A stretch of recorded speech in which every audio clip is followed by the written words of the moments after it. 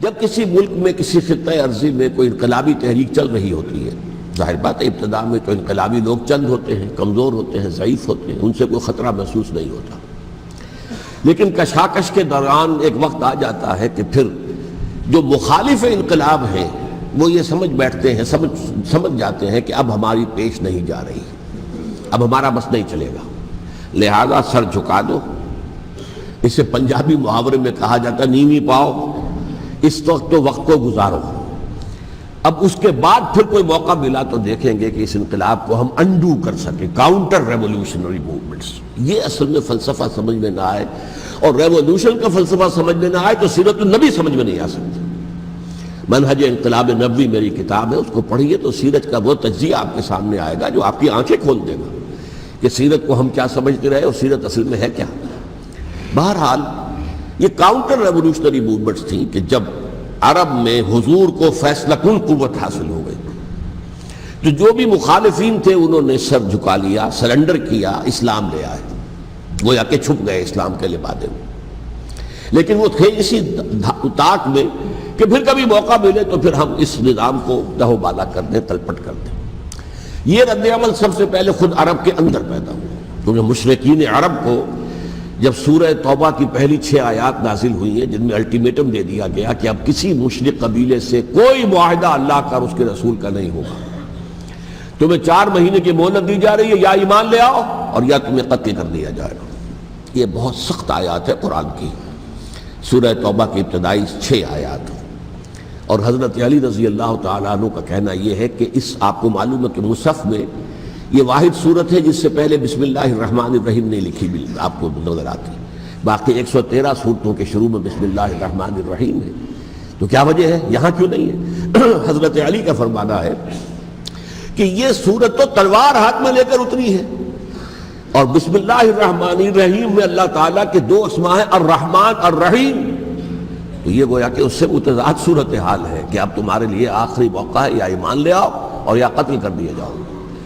اس میں ایک تیسری گنجائش خود بخود نکلتی تھی، یا یہ ملک چھوڑ کر چلے جاؤ، اور ایسا بہت سے لوگوں نے کیا بھی، لیکن اکثر لوگوں نے گردن چکائی۔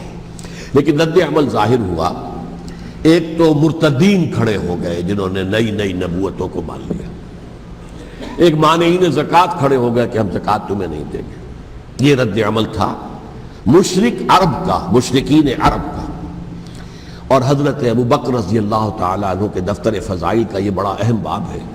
ود این آئرن فسٹ، حالانکہ وہ بہت رقیق القلب، کمزور، ضعیف الجسہ انسان تھے، لیکن یہ کہ عظیمت کوہ ہمالیہ جو ہے ان کے اندر ظاہر ہوئی ہے، ود این آئرن فسٹ انہوں نے ان ساری جو رد عمل کی جو تحریکیں تھیں انہیں کچل کر رکھ لیا، اور پھر پورے عرب کو گویا کہ اثر نو اس میں اسلام کے نظام کو کنسولیڈیٹ کر کے حضرت عمر کے حوالے کر دیا رضی اللہ تعالیٰ عنہ۔ حضرت عمر کے زمانے میں جو جنگیں ہوئیں اس میں سلطنت روما جو ہے، جو اس وقت کی 2 سپر پاورز تھیں، سلطنت روما، قیصر روم، ہرقلیس، ہرقل تھا اس وقت کا جو رومی جو قیصر روم تھا، حکمران تھا، شہنشاہ تھا، اور دوسری طرف ایرانی مملکت تھی، خسرو پرویز تھا۔ لیکن یہ کہ عیسائیت کے ساتھ اسلام کا اس طرح کا تصادم نہیں ہوا تھا حضور کے زمانے میں، بلکہ نجاشی رحمۃ اللہ علیہ نے تو مسلمانوں کو پناہ دی تھی۔ مقوقس پیٹریارک جو تھے اس کے الیگزینڈریا کے، انہوں نے حضور کے جو نامہ مبارک گیا تھا اس کا بہت اکرام کیا، تکریم کی، تحفے بھیجے حضور کی خدمت میں۔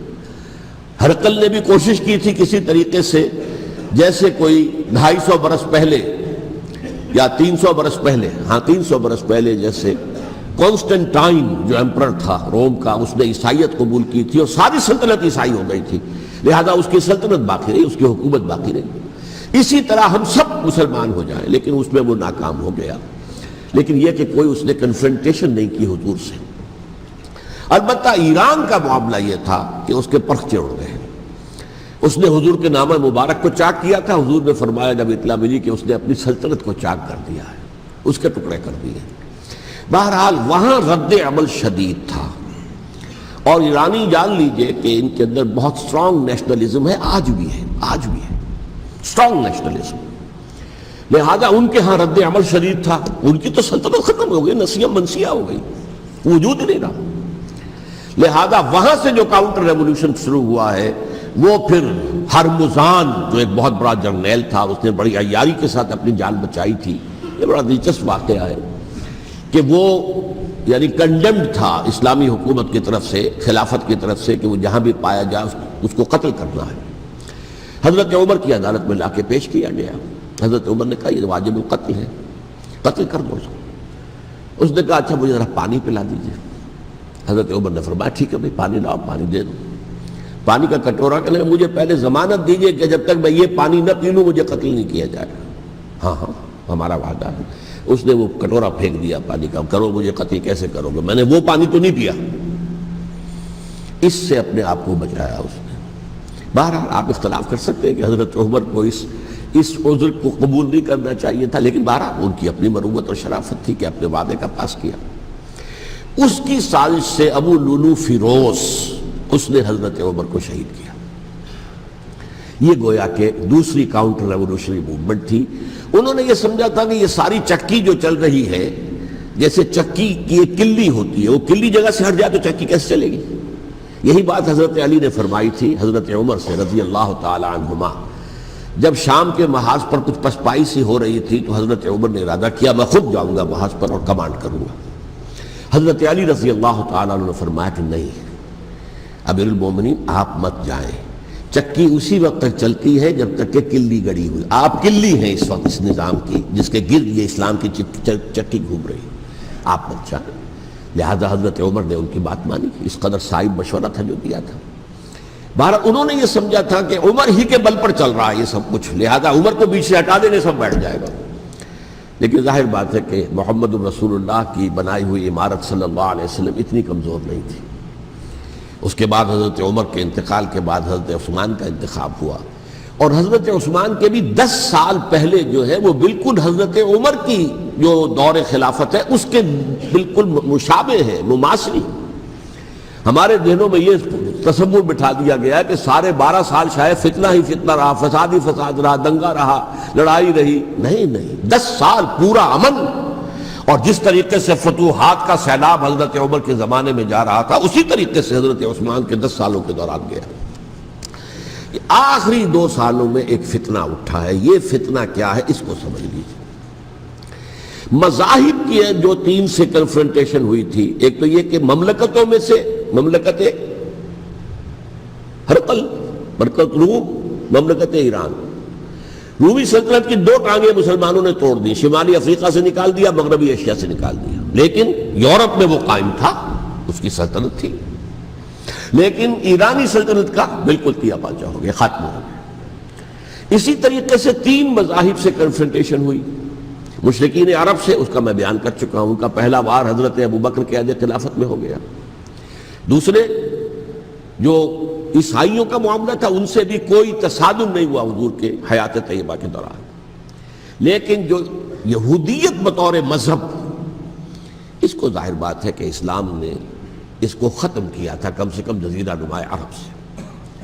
مدینے میں 3 قبیلے تھے جو اپنی غداری کی وجہ سے اور اپنی صلح کو توڑنے کے جرم کی پاداش میں 2 نکالے گئے، اور تیسرا جو ہے اس کے تمام جو بھی جوان افراد تھے انہیں قتل کیا گیا۔